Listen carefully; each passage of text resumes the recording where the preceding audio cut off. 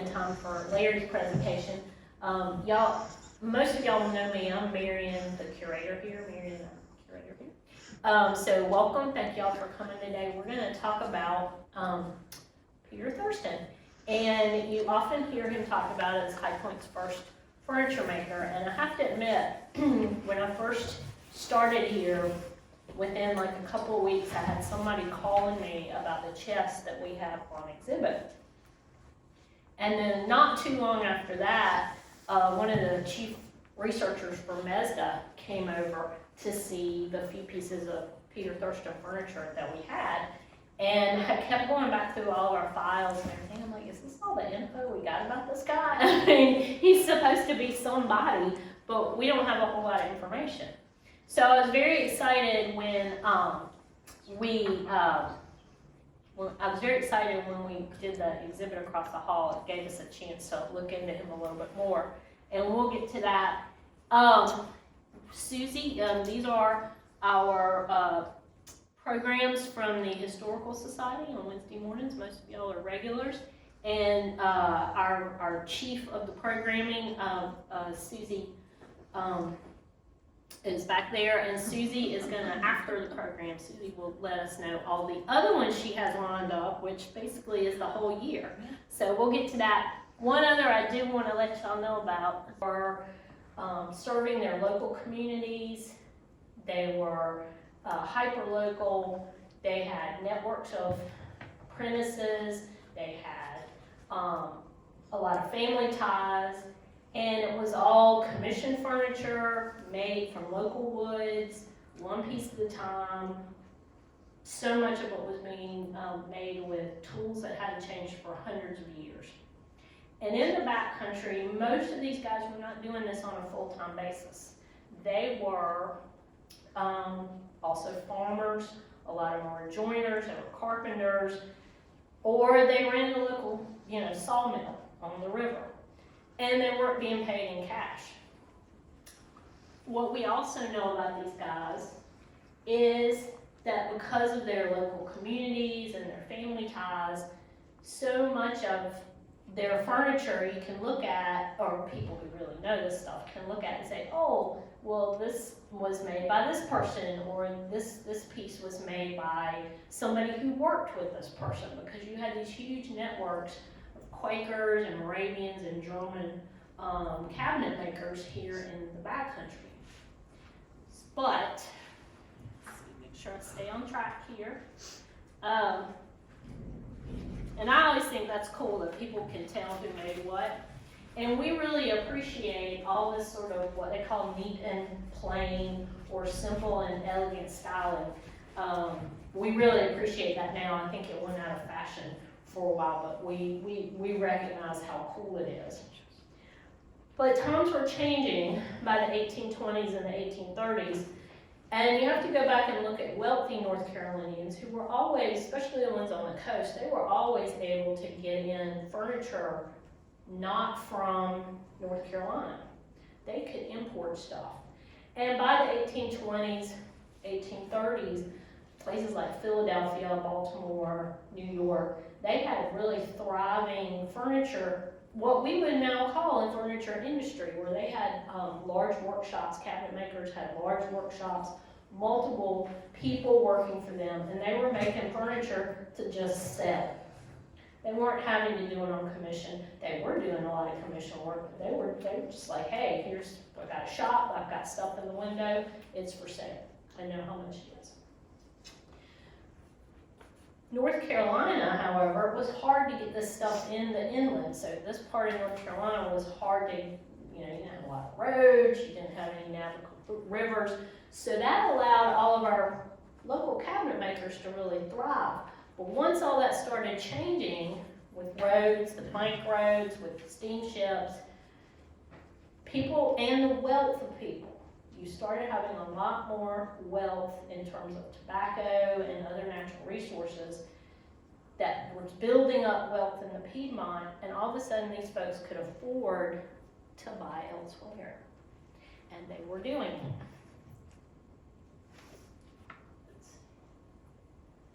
And a really great example of this customer in the Piedmont is our friend, Governor John Motley Moorhead. Most of you probably know a little bit about him, like you know about his home in Greensboro.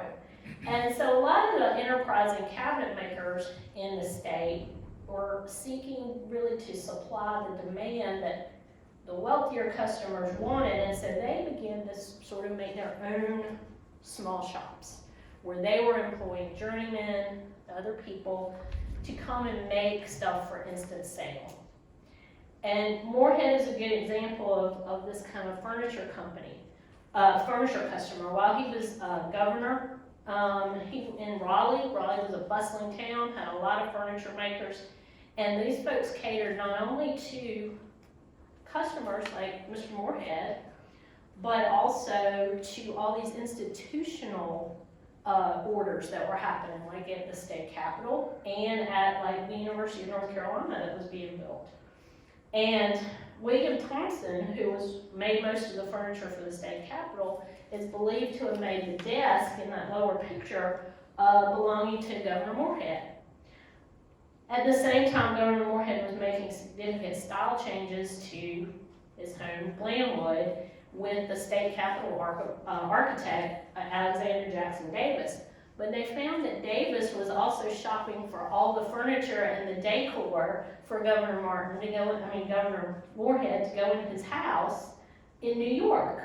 And there's a couple of pieces you can see there. Governor Moorhead's daughter, Letitia, was also setting up she had married and she was setting up a fashionable home on Walker Avenue. And the Moorheads were showing off not only their wealth, but their status as sort of forward-thinking North Carolinians, that we want the newest, the latest, the best, the most forward-thinking stuff. And because they could get stuff from New York, they had the wealth and the means, but they were also seeking out local makers to make what they wanted. And so much of this high-style furniture, though, was all mahogany and marble and mirrors. And so our local guys were like, oh, man, we got to import all this stuff to make it work. But even those who weren't using local woods were making changes into the styling. So you can see how different that is from the first couple of slides. The real factor that changes everything, of course, is steam power. And the 1860 census in North Carolina records 37 substantial cabinet makers in North Carolina. Substantial, meaning ones that had shops employing multiple people. 5 of those had already turned to steam power. And one of those steam power investors was Thomas Day. And most of y'all know a lot about Thomas Day as well. He is considered the most successful North Carolina furniture maker of this period. His main time of success was 1840 to 1858. And he worked from Milton, which is in Caswell County. And what is very interesting is that in those 18 years, he is credited with producing almost 12% of all the furniture made in North Carolina. So this was not a small operation. If you think there's all these other folks, 37 substantial shops going on, and he's one making over 10%, I mean, that's a lot. So he got started in 1825 in Milton because Milton was a bit of a boom town. It seems odd now, but it was a bit of a boom town because there was so much tobacco wealth being built up on that southern Virginia border. And there were a lot of tradesmen and a lot of folks in Milton who were supplying those wealthy families who were building all these new fancy houses. By the 1840s, Thomas Day employed itinerant journeymen, freemen of color, white apprentices, and he also owned and worked enslaved men. And just in case you didn't know, Thomas Day was a free man of color. So that makes it even more interesting. The thing that really puts him to the next level is he won the contract for renovating Old East and Old West at Chapel Hill. And the contract required all the interior woodwork as well as all the furniture. And his successful completion of that 1847 really put him like at the top. People knew him. He got a lot of publicity for that. And that leads us to the steam power, because he surely felt after this,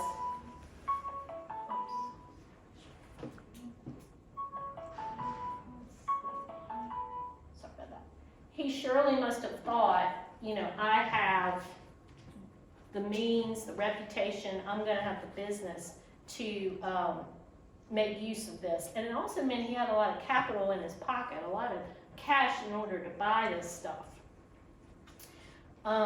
Unfortunately, that didn't really turn out well for him because of just the downturn in the economy. And he also had, by this time, his competition was 84 other Piedmont cabinet makers, including our friend Peter Thurston. Then the Civil War comes, and all the changes that brought about, then the resulting changes in the economy and the expansion of the railroads basically ended any real furniture production here. But those same things, the changes in the economy brought by the Civil War, changes in technology, and the expansion of the railroads also contributed to the rise of furniture manufacturing only a few decades later. So this is getting us from backcountry to furniture capital of the world. For us in the Piedmont, the railroads really offered that lifeline. It enabled us to capitalize on the connections and send out agricultural products, but most importantly, timber. Because after the Civil War, there was a nationwide building boom that required a lot of lumber. And what were we sitting on? A lot of lumber around here, a lot of timber. And so alongside the new textile mills, and that's a picture of one in Randolph County, there began to be a start of a lumber industry. But this, again, the steam power is what really moves everybody up, because what makes sense is if you were a sawmill on a river, then you had to get it to a railroad line. But with steam power, you could have a lumber mill anywhere, and that made sense to be right on a railroad. So then you could process that lumber and get it out. And you can see there's one in Statesville where it says factory located near the depot, right there, and that was in 1882. The other thing that starts coming about is the sash and blind factories. Again, the building boom meant that people wanted things like windows and doors, and it was all being pre-made, packaged up, and shipped out. So that was something that was easy to do. But other kinds of industries, wood industries, sprang up, including tool handles, wagon wheel spokes, and bobbins and shuttles for the cotton mills. And chairs were the most easiest and most profitable furniture being made after the war, and business directories in North Carolina showed chair manufacturing establishments within a few years of the end of the Civil War in Alamance, Jackson, Lincoln, and Macon counties. So the leap from lumber mill, building parts, and chairs really didn't require a lot of new equipment, and it also didn't hurt that agricultural income was low and forced many men off the farms into these low-wage, low-skilled factory jobs. There was demand, there was a way to get it out, there was the resources to do it, and there was the labor. So enter High Point. So even by 1875, a guy named Seaburn Perry owned a steam-powered factory making hickory wheel spokes. And within a few years after that, A.A. Barker and Sons started a lumber mill beside the railroad tracks. But by the 1880s, the largest industrial business in High Point was operated by the Snow family. And again, that's a whole nother story we're not even going to get into. and a lot of people already know a lot about him. But most important to this story of moving from backcountry to furniture capital of the world is he's credited with bringing to North Carolina a specialized lathe which could uniformly cut and replicate wood shapes, which was good for those building parts. And he also brought one of the first large-scale bandsaws, which was good for processing all that lumber. But the other thing he recognized was the importance of bringing resources to High Point, not just shipping out the product. So the railroad was really important, and he and other investors, including High Point city government at the time, started a short line railroad down to Randolph County to bring the resources, the timber, into High Point more easily and cheaper. And this line was completed around 1888. And 1888 is one of those landmark years for High Point because in 1888, Mr. Snow's son and two other guys incorporated the High Point Furniture Company. And that is the first furniture manufacturing company here in High Point. And by June of 1889, a Forsyth County newspaper reported the furniture factory turned out their first work last week. And so that's how we get from 1885 to 1890 with more establishments, and the two pink arrows are two actual furniture factories as well as the High Point factory. So that's in just a matter of a couple of years. So back to Peter Thurston. While we've, like I said, we've heard of him as, High Point's home furnishings pioneer, our first furniture maker. He wasn't a manufacturer at all. He was already, unfortunately, passed by when manufacturing started, but his story is an interesting anecdote in how we got from that cabinet maker to the manufacturers. And Larry, like I said, when we started working on this exhibit, we got Larry to do a lot of research for us, thank goodness, and finding a lot more about Peter, probably more than Peter wanted us to know about him. But I'm going to introduce Larry real quick because I think most of y'all know Larry from the Heritage Research Center at the High Point Public Library. He's been our family and local historian library there for 17 years, and thank goodness. But if you don't know Larry, get to know Larry. We are so lucky to have Larry on our team because he is a great genealogist and historian. His list of accomplishments is very long. One that I found very interesting, Larry, was that you were a Klan genealogist for the Klan McRae Society of North America for over a decade and produced a 2-volume genealogy of the southern branches of the Klan. Now that had to have been interesting. Larry also speaks, most of y'all have heard some of his programs at the library, but he speaks widely on genealogical topics, and he writes for our blog on High Point History, for the museum's blog, and he also wrote a really interesting book about High Point in World War I, which we were happy to help him with. And again, you can guess that Larry's probably gotten multiple awards, and one of them is the Outstanding Contribution to North Carolina Genealogy from the North Carolina Genealogy Society. But we are very lucky to have Larry with us, and thank you for bearing with us. But you will see Larry has turned over a really interesting chapter of High Point's history with our friend here, Peter Thurston. Thank you, Larry. Thank you. Good morning, everybody. Good morning. The struggle that people have with early manufacturers and artisans is the same problem I have as a genealogist, and that is there's not a lot written about common people doing ordinary things that people value from day to day.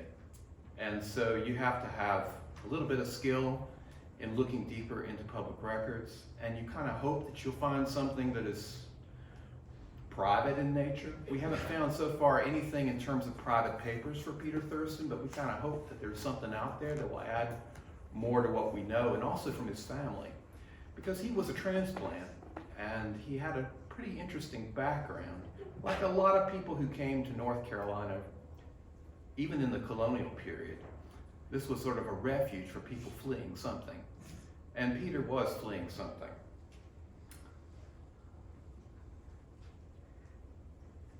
This furniture pioneer today that we're talking about was a northern transplant with a secret. Peter Kipps Thurston was born the 13th of March 1804 in New York City to the Reverend Peter Thurston, a Baptist minister who had immigrated from London in October of 1796. His background is quite interesting. Within a month of his arrival, Reverend Thurston took as his bride Sarah Baldwin, one of the 4 daughters of a leading elder and founder of the Newark Baptist Church in Newark, New Jersey, named Kipps Baldwin. Besides serving congregations in New York City and Newark and Catskill, New York over the coming decades, his father was also highly engaged in missions works. In fact, in the 1820s, we know that for the Baptist Missionary Society, he went to Ohio Territory and ministered to the Potawatomi Indians at their request at a reservation that they had there. Reverend Thurston was among the first ministers assigned to First Baptist Church of Newark, which was founded in 1801. Now, Kipps Baldwin, who was Reverend Thurston's father-in-law and Peter Kipps Thurston's maternal grandfather, was quite prosperous. He owned considerable property in the city of Newark, and he had just recently immigrated to America himself, probably from the county of Kent, just 2 years before Reverend Thurston arrived. In fact, his name is quite common. Believe it or not, there are a lot of Kipps Baldwins in the records of Kent and London in the 18th century and the 19th century. So it's really hard to pick out which one we're talking about here. And you wouldn't think that, right? That sounds like a very unusual name, but apparently it was something common in the Baldwin family. The New Jersey Baldwins continued to be prominent in Baptist circles in Newark for over a century. And you would take it as quite obvious that Peter Kipps Thurston was named for both his paternal grandfather and his maternal grandfather. And both, oddly enough, were men of some spiritual stature. Now, if we go back, there's another aspect to the Thurston family heritage, and that involved cabinet making and woodwork. And if we go back to London records, we find that P.K. Thurston's grandfather was also named Peter Thurston. Born about 1737, he married Martha Masterman in 1764 at St. Andrew's, Holborn Parish in London. They lived in the early part of their marriage in Holborn on Hand Court, which you can see there with the red dot over to the right of the screen. And that is where PK's father was born, the Reverend Peter Thurston. But by the 1770s, the first Peter Thurston had moved his family to the west end of London to a suburb that you may have heard of called Kensington, which was just south of Kensington Palace, where he lived at Queen's Garden. And that's also marked on the map with a green circle on the lower left-hand side of the screen. And he attended the parish church of St. Mary Abbots, which is still in existence today. And there's an old view in sepia tones of that parish church. So evidently Reverend Peter Thurston, his son, though christened in 1767 in St. James, Clerkenwell, Islington, later became the first non-Anglican in the family. He became a prominent Baptist. The christening of his younger siblings, though, at St. Mary Abbots revealed, as they often do in these old parish records, the occupation of his father, the elder Peter Thurston, the grandfather. And it turns out that grandfather was a carver, a wood carver. That's probably working within the context of London's professional guilds, adorning furniture, mantelpieces, trim, and other furnishings with natural imagery and ornamental iconography. We no doubt their grandfather's example Skilled woodworking inspired Thurston descendants to eschew the pastorate and follow a similar line of work in cabinetry. For you see, Peter Kipps Thurston had an uncle, Joshua Thurston, the Reverend Peter Thurston's brother, born in 1774, died in 1854. He was a younger brother and immigrated to America in 1815 and set himself up in Manhattan, believe it or not, as a piano manufacturer. That business endured from 1820, over 30 years, until Joshua's death in 1854. His workshop was situated first on Duane Street and then on William Street, which is the two blue dots on the left-hand side of the map. And it very much became, as so many artisanal endeavors did at the time, a family affair. These things were passed down in families. Joshua Thurston had only one son, Jasper Scambler Thurston, who worked with him for a while. Jasper later moved southward to Richmond and Petersburg, Virginia, and then we kind of lose track of him. We don't know what became of him. He kind of disappears. So Joshua's partners became his nephews. That is, the brothers of Peter Kipps Thurston. Those were the sons of Reverend Peter Thurston. His brother, Peter Kipps Thurston's brother Nathaniel, was Uncle Joshua's most enduring partner. In fact, at his death, Joshua offered an option, went back too far, on 1/4 of his business to each of his nephews. That is, Reverend Peter Thurston's sons who remained in New York at the time. So Nathaniel Thurston, the older brother of Peter Kipps Thurston, owned a music and stationery shop for about a decade in the 1820s in New York, even publishing some sheet music that we can locate today. In the 1830s, however, he entirely abandoned that trade and remade himself, working as a clerk and a secretary in the budding financial district on Wall Street. He was an officer with the Bank of the United States branch in New York, which is a major deal. He dabbled in insurance and was a prominent real estate developer in the uptown area, one of the first of his breed. Through those enterprises, he accumulated a lot of capital over the early 1800s, so that by the 1850s, he could launch a new business with his son, Joseph Thurston, a journeyman piano maker, obviously trained by Joshua Thurston, his uncle, and established an instrument dealership, J&N Thurston, at number 8 Bible House, which was on Nassau Street at the time. That was the headquarters of the American Bible Society. Instrument making was apparently his first love, but later in 1856, in addition to a coal supply company, Nathaniel started another piano dealership with his son Nathaniel Jr., Thurston and Son. Nathaniel Thurston and his sons Joseph and Nathaniel Jr. were the true inheritors of their uncle Joshua's thriving custom in instruments for bourgeois and upper-crust New York society, people whose appreciation for and accomplishment in music were considered to be marks of cultural refinement and class status. It seems all of these firms produced square grand pianos, like the one that you see pictured in the lower right-hand corner. They were not upright pianos or grand pianos, they were square grands. At least the only known surviving examples from their workshops are of the square grand variety. These instruments were more compact for tighter spaces that you would have in a city environment than a grand, and yet they were more luxurious and sonorous than the upright. And you can see that how training in making pianos of this sort would prepare you for making furniture or for making coffins. And that's what we'll see as we go further. Now here's where the story becomes kind of muddy.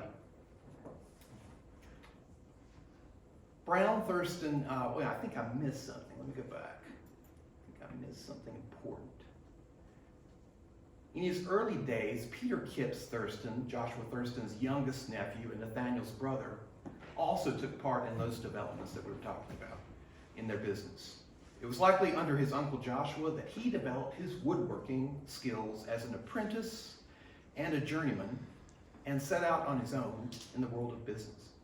In 1826, Peter Kipps married Catherine Ann Baldwin, who was a remote relation to his mother's family from New York, and began a family on Sullivan Street. and that would be number 1 in the orange circle there. Almost immediately, he became a pianoforte maker in his own right. He had shops at 56 and then 60 Sullivan Streets. That's number 2. And then, in 1831, he broadened his business to cabinet making. He left piano making exclusively behind and moved his establishment to 152 Crosby Street. And the next year, he was at 620 Broadway. So maybe the new venture and the financial backing it required destabilized his solvency and put creditors on his trail. A deep dive into New York's court records, which I did not do, possibly would reveal the nature of his troubles. By that time, he and Catherine had 3 children together, 2 boys and a girl. But when the youngest, little Charles Baldwin Thurston, born in 1832, was only 2 years old, apparently Peter Kipps set out far to the south, like Jasper Thurston, his cousin, on some errand or other, and word later came back that he had died in Raleigh, North Carolina, of yellow fever. The youngest son's biography declared that his father died when he was but 2 years old. So that's where the story got muddy. Because we know he didn't die. Brown Thurston, in an 1892 History of the Thurston Family, wrote that when Peter's wife and children inquired further after they heard about the death, they could not find any or determine precisely the exact circumstances or his place of burial. It would appear that Peter did not succumb to fever at all. In actuality, he abandoned his first wife and family and sought a fresh start. So the question is, was his wife aware of what had happened? Did she invent a story to cover the shame of a broken household, which would have been particularly acute in the state, the Victorian period in which they lived? Or did she consent to his disappearance? Because that did happen sometimes. Was he fleeing his debts, his family issues, or both? Although divorce was available in New York, it was expensive and only on offer for limited causes like adultery. Most couples, even if they were granted their petition, would receive the more limited variety of divorce called divorce a mensa et toro, which literally means divorce from bed and board. Now this accounted as a legal separation with distinct legal status for the husband and the wife. One could not be held liable for the other's debts or welfare, but neither could either legally remarry. For the very few couples who received absolute divorce, only one party could potentially remarry, and that would be the innocent party, the party who was not declared responsible for the cause of the separation. The Thurstons never filed for divorce in the state of New York, and I know because I've checked. There's only one court in the whole state that could grant such a divorce, and there's a good index, and they're not in it. There is no index, there is no divorce in North Carolina either that I could find. At that time, superior courts and of the counties and the state legislature had co-equal authority in granting divorce. Well, a charge of adultery would have been unjustified perhaps, but even if justified, it would have aired a delicate and painful scandal. That might be a reason why they chose not to proceed. Could have been too expensive for them. Under circumstances of mutual incompatibility, married couples would, at this era, sometimes part ways by consent, allowing one member to flee and claim a life somewhere else, and sometimes a new identity. Because if you changed your name in that period of time, nobody would necessarily know who you were in a new place. They could just assume you were who you said you were, unless someone came calling for you. And sometimes you see people parting ways and the man will leave some property in his wife's name. And that's a good sign that there is some kind of arrangement. I have an uncle who skipped town, a distant uncle, from the early 1800s who skipped this area, and he went to Indiana, and he, from Indiana, deeded his property to his son and his wife back here. They never joined him there. And for DNA study today, I can determine who his children were in Indiana. We finally found him. He didn't get away from us. So in all likelihood, Peter Kipps Thurston slipped the bonds of marriage by subterfuge without his wife's complicity. When he made the move, he would have placed the rest of his life under a cloud, obviously. At any time, his first family could have sought him out and exposed him. Any further children that he had could have been declared bastards, and he could have been prosecuted for bigamy. And I don't use the word bastard lightly or disparagingly because that was the legal term at the time for somebody who was born out of wedlock. Any property that he left behind would fall to the abandoned family as his only natural and legitimate heirs. And I've actually come across in federal court records where someone in North Carolina was pursued by their family. They did change their name. They did have a successful business here in coastal North Carolina.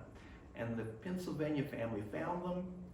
After they died, they claimed the entire estate and they obtained it through federal court. But as far as we know, Catherine never made a move to expose Peter.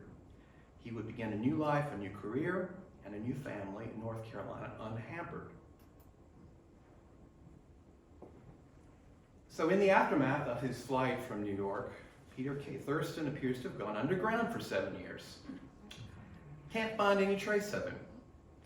It was to be expected because if he pulled the disappearing act off, he could be declared dead in New York. And perhaps he assumed a different name during those years as a cover. I assume he probably did. By 1842, however, he had resurfaced in North Carolina, in Guilford County, set up as a cabinet maker in Greensboro under his actual name. And that was a bold move, by the way, to come under your actual name in a new location. You'll see that he does a few other reckless things as we go along. In 1844, he boldly and bigamously married Eleanor Nellie Elliott, the daughter of William and Jane Elliott, and he began a second family, which produced 6 children. Across the next decade, he was a successful entrepreneur in his newfound home. Advertisements that you see, some of them ranged around the map of Greensboro in the center from 1882, peddled his extensive array of furniture, including everything from workaday practical items to stylish, fancy parlor and boudoir pieces like veneered bookcases, secretaries, and marble-top tables. These would appear in the Greensboro Patriot, and he was not shy about touting his big city credentials. This is a quotation. Having acquired a knowledge of his trade in the city of New York and worked in several of the best shops in the United States, he is confident of his ability to execute work in the most durable and fashionable style. Not only that, but his marriage to Miss Elliott was publicized not only in the Greensboro Patriot, but in the Raleigh Standard, which makes you think, there it was, in black and white for somebody to see and to carry back to New York. He worked in local walnut, birch, maple, and poplar, in addition to more exotic cherry and mahogany veneers. Calling up the ghost of New York, however, he was putting himself at considerable risk of exposure. Peter was cognizant of the complexities of the market at that time. His ads make frequent reference to the hard times, the scarcity of money, and the full range of his products suited to any pocketbook. He was willing to take cash equally with country produce. Many people had only livestock and crops to exchange for store-bought goods, and he accommodated them. This was also a period of repeat boom and bust cycles, fueled by proliferation of unregulated banks, devalued local scripts, and banknotes, and the rise and fall of commodity prices in international markets. And we know that our staple crops here were very variable in their price from year to year, and the people's ability to pay was very variable accordingly. Merchants worked on credit. When farm prices fell, business suppliers would call in debts, and unable to collect from their own customers, merchants and craftsmen might have to declare bankruptcy. It was a precarious way to eke out a living, but through the 1850s, his only serious competition in Greensboro was Joseph Sears's shop. Thurston's first workshop and showroom in Greensboro lay opposite Townsend's Hotel, but he soon resituated it to a brick West Market Street address across from Gott's Hotel and near the Patriot offices and John A. Gilmer's law office. By 1849, he was bold enough to open a second cabinet wareroom in Charlotte, of all places, near Carr's Hotel, with Dr. F.M. Ross acting as his agent in sales. He advertised in newspapers outside Guilford County, even in Davison County, Forsyth, hoping to attract more small town and rural clientele. He added elaborate coffins to his inventory for those wealthy enough to afford them, including some goods that were manufactured elsewhere, like Fisk's patented metallic octagon burial case from his native New York City. Now, that's what you see an example of in the photograph at the very bottom. And I just couldn't resist it being the Halloween season and all to get into this a little further with you, even though it's kind of off the beaten path. A.D. Fisk's metallic sealed coffins became a brief sensation in the period after he first patented them in 1848. These coffins were narrow, form-fitting, and cast from iron in the shape of a shrouded human body, complete with drapery sometimes were laid across the bosom, fruit or flowers, but no specific physiognomy. And there was even an octagonally shaped faceplate looking something like a flap on a coal-burning stove that could be slid to one side for easy viewing of the dear departed's visage through a glass panel. Seeing such a coffin would remind you of a traditional sheeted ghost or a mummy. I'd love to have one for my yard for Halloween, if anybody knows where I can get one. And call up imagery from Edgar Allan Poe that were essential paraphernalia for any person of a Gothic turn of mind. And Gothic sensational literature was quite a staple this time. As you know, this is just before this is Edgar Allan Poe's heyday, but he was not alone in that department in terms of producing Gothic literature in North America. But they were marketed on the basis that they were airtight, and this is getting a little bit more to the serious part of it. And they could contain noxious odors, disease-bearing miasmas, and any decompositional seepage, preventing it from leaching into the soil and water supplies. And that was a selling point in an era when city dwellers were subject to diseases brought on by poor sanitation, like cholera or typhoid, or as many believe, by gaseous vapors emanating from victims of communicable pathogens. But beyond that, it was claimed the coffins could preserve the body for a longer period of time before embalming was necessary, allowing for postponement of funerals and cross-country transport. It's said that Fisk's patent allowed Senator Henry Clay's body to be removed from Washington to Kentucky over several days in the heat of July without any noticeable decay. And the same for colleagues like Senator Daniel Webster, President Zachary Taylor, and former First Lady Dolly Madison. In fact, Peter Thurston touts these cases of famous politicians in an advertisement about the octagon burial cases that he placed in the Greensboro Patriot that very first year they were available in 1848. I mean, he was on it. In recent decades, cemetery archaeologists have discovered a few across several states when removing burials to new locations. The preservation of the contents, including clothing and mummified remains, can be quite startling. But they never achieved wide popularity due to their unsettling character and stories, probably not true, but maybe so, that gases could build up and bodies could burst within the shell and through the glass of the faceplate to the great consternation of mourners. They probably, you may not have known, but there was sort of social media going on at that time too, with a lot of rumors. They probably didn't make much money for Thurston. He relied more on the traditional handmade wooden coffin for his bread and butter, though finished to a higher standard than your garden variety homemade pine hexagonal coffin made by a neighbor or a family member. And that suited people of simple country background and taste very well. The 1850 industrial schedule of the census shows that he had lumber worth about $1,000 in his Greensboro shop and finished goods to the value of $2,500. He employed 4 men. At this time, he became active in organizations like the Sons of Temperance and the Independent Order of Oddfellows. He joined Greensboro's Fire Brigade. He even helped to organize a civic celebration to tout the coming of the North Carolina Railroad, which would truly revolutionize everything about his business and the Piedmont. Amid this ostensible respectability, the Oddfellows' motto, friendship, love, and truth, may have chimed a bit discordant for the renegade Peter. But this golden era was not to last. In the late summer of 1853, Thurston's little boy John M. Thurston, his only son, to that point by his second wife, died just aged 10 years and 9 months old. And the obituary intones, he was a child of unusual sprightliness but of delicate constitution. He appeared to have an intelligent understanding of his precarious hold on life during his long and severe illness, unquote. By the following year, Peter K. Thurston's business was also floundering.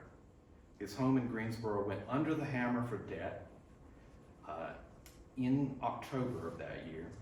Only 2 years later, his multitudinous creditors came calling, leading to a disastrous last attempt to buy a little bit more time by placing all of his personal property, tools, lumber, and commercial stock in trusteeship.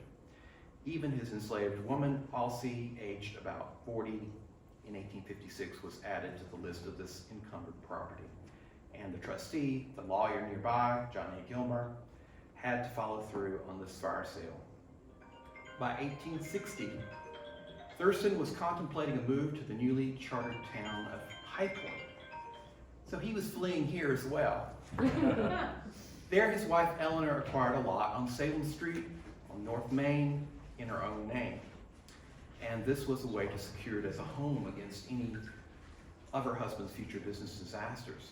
This acquisition was funded by her father, his father-in-law, William Elliott, whose 1857 will had left half of his real and personal estate in trust with James Sloan for the sole and separate use of his daughter, Ellen Thurston, and then to her children equally.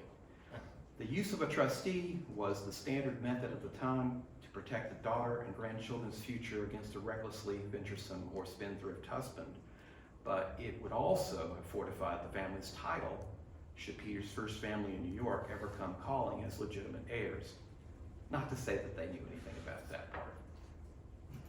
I doubt they did.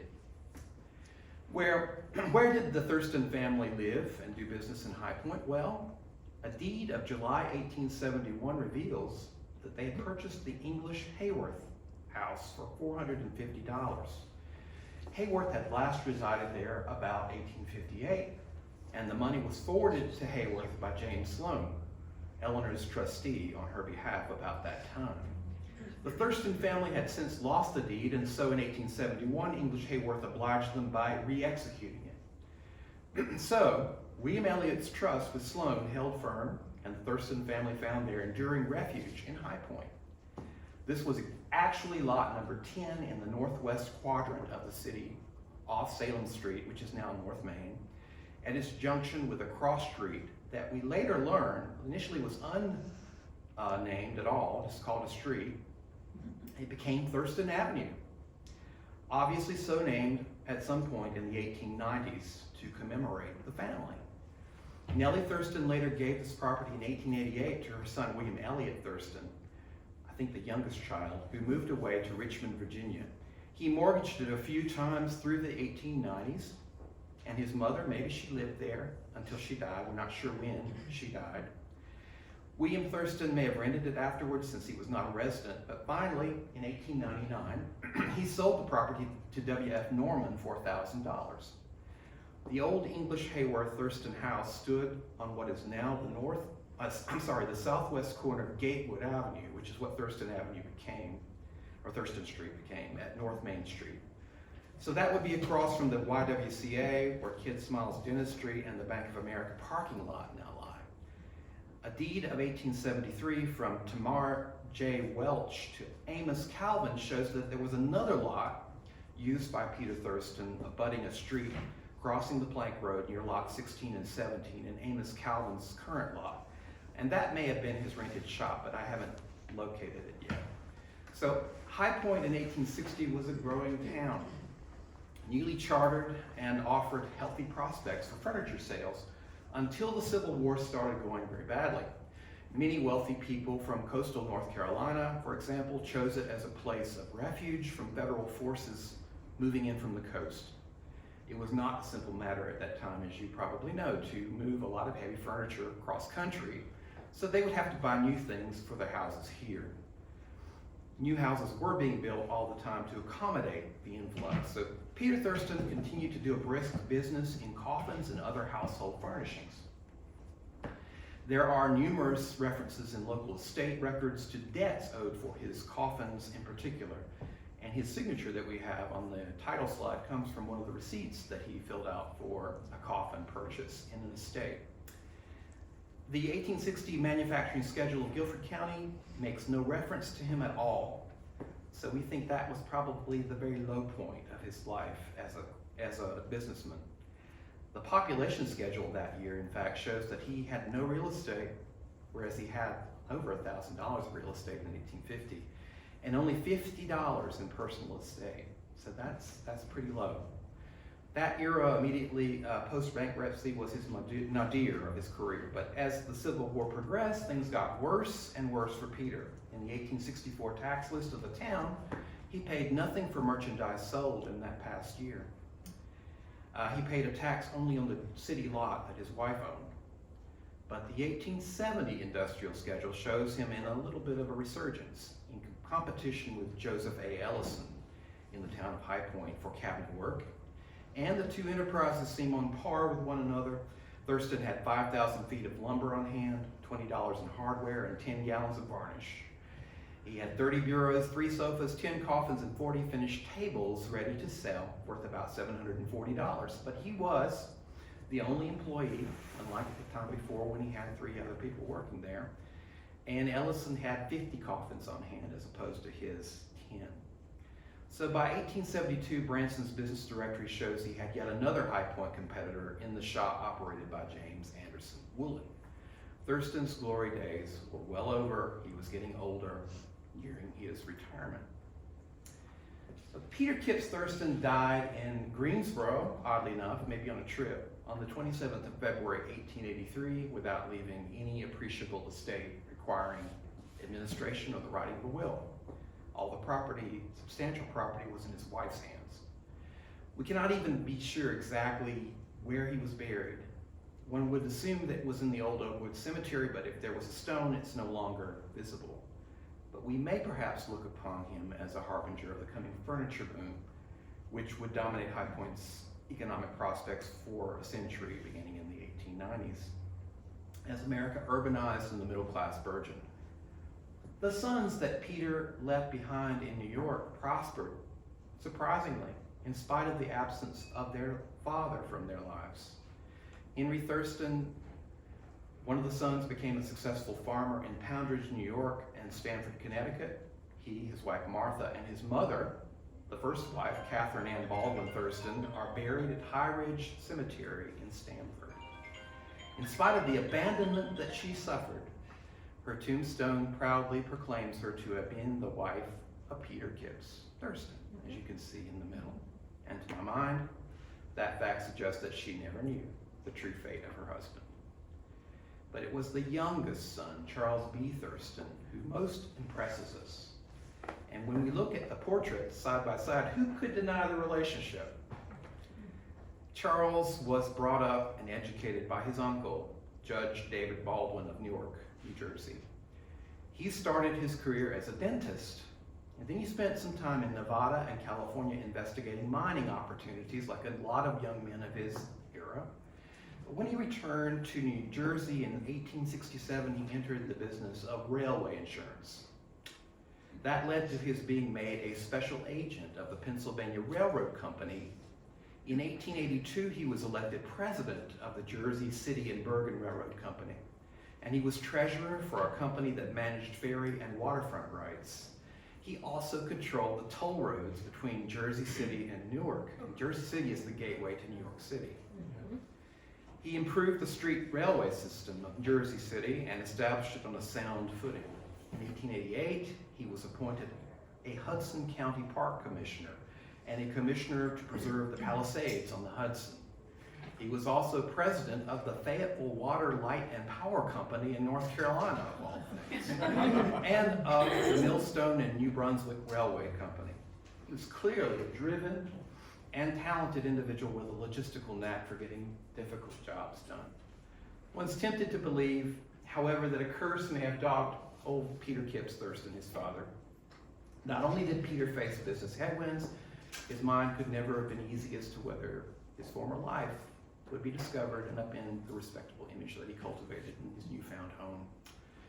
But we have some beautiful furniture to look at that he left behind, and it's really quite well done. It shows that he was a person who had skills that he learned from his uncle many years before, and probably seems fantastical to the people who were first able to buy it here. Should we take questions, or? Yeah, does anybody have any questions?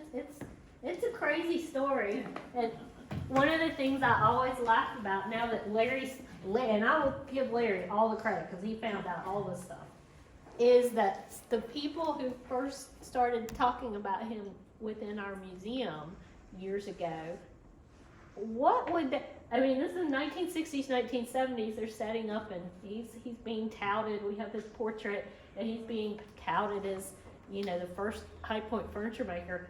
What would they have made of his story? It just always just sort of, now that we know, just sort of boggles the mind as to what we need to think about Peter now, but it is certainly an interesting tale. But if anybody has any questions, please, Larry has done the work. Yeah. Just a comment. I appreciate the timeline and the display. Oh. And before I realized you were involved, also the document up there that was showing the census reports and all the highlights on that. I looked at that and I said, this has got a genealogy background. I really love the presentation. Thank you. Well, I have to give, Marian did the timeline, but we worked together on some of the facts. We like I said Yeah. in Larry's introduction, we are so lucky to have him here, and things like this, you are absolutely right. I am no genealogist. Larry is on speed dial. We get with Larry very, very quickly to ask lots of questions. And so again, if you have any genealogy issues, Yeah, see come the see us on the HR, come second visit floor the of the HR. library. Yeah. What kind of woodworking equipment did he have in that shop up here? We really don't know, but it was probably still pretty simple Yeah. hand tools Hand tools. and the lathe with that you ran with your foot. You know, he was not mechanized. That we can look at with the industrial census. That is how we are able to tell who had what, because the industrial census would record what kind of machinery. That's why I said in 1860, of the 37 substantial furniture makers in North Carolina, we know 5 of them had steam equipment because it's recorded. Because that was something the census wanted to know. Right. But, you know, there is a deed of trust that lists a lot of his property in Greensboro. I don't think it goes beyond the saying tools. I don't think it tells us precisely Yeah, what it really doesn't. His outline and we put it in the blog Yeah. of that all of his what would you call assets that were put under the hammer, and it just says tools and it doesn't really specify. So again, a lot of these tools, until they started mechanizing, were the same tools that had been used in the 1700s. They still were really doing things very much in the same manner. Now, if Peter had died and left an estate, we would probably have an inventory, and we would know exactly what he had, item by item, and I wish we did. But by that time, he probably sold everything, because he wasn't doing business as an old fellow. You know, at some point he had to stop. And his children here did not pick up the furniture business at all. So it was very different. But what was super exciting was when Larry found I think you were doing something completely different and found his signature with the coffin thing, and that was really, except for the portrait, that was like, oh my gosh, this is something about Peter that we didn't know. So it was very exciting. Well, the thing with a signature for me is that next to a photograph or a painting, we don't have anything quite as intimate as a signature for an individual. You know, and so I like to collect them, and I found that when I was doing the McRae history that she mentioned in my introduction, I use signatures constantly to distinguish all the different people with the same name. So they're useful genealogically too. Do we have any other questions? Well, thank you so much. Thank you, Larry. That was